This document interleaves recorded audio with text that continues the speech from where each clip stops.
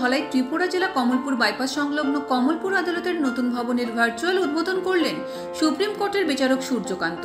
এদিকে আদালতের নতুন বিল্ডিং এর ফলক উন্মোচন করেন কমলপুর আদালতের জেলা ও দায়রা বিচারক গৌতম সরকার।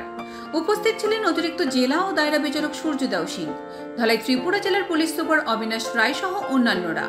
কমলপুর আদালতের নতুন ভবনের দ্বিতল ভবন সর্বসুবিধাযুক্ত করা হয়েছে। এই নতুন ভবনটি তৈরি করতে ব্যয় হয়েছে 16,41,33,640 টাকা। সুপ্রিম কোর্টের বিচারপতি অনারেবল জাস্টিস সূর্যকান্ত আজ ভার্চুয়ালি আমাদের এই বিল্ডিং জনগণের উদ্দেশ্যে উদ্বোধন করেছেন এবং এই এটাকে একদম আধুনিক কোর্ট বিল্ডিং বলা যেতে পারে। এখানে সব ধরনের সমস্ত শ্রেণীর মানুষের জন্য, বিশেষ করে যারা ফিজিক্যালি এবং অন্যান্যভাবে চ্যালেঞ্জ তাদের জন্য বিশেষ ব্যবস্থা রয়েছে।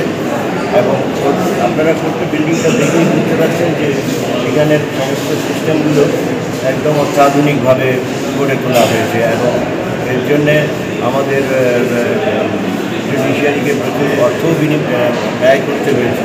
এখন আমরা আশা রাখবো আপনারা প্রত্যেক জনগণ এই কোর্ট বিল্ডিংয়ের যত্ন নেবে এবং ভবিষ্যতে এটা জনগণের প্রকৃত কাজেই আসবে। এটুকু আর কি বলার আর কি আছে। ত্রিপুরা থেকে বিক্রম কর্মকারের report, U Bangla TV. U Bangla TV হৃদয় ছুঁয়ে যায়।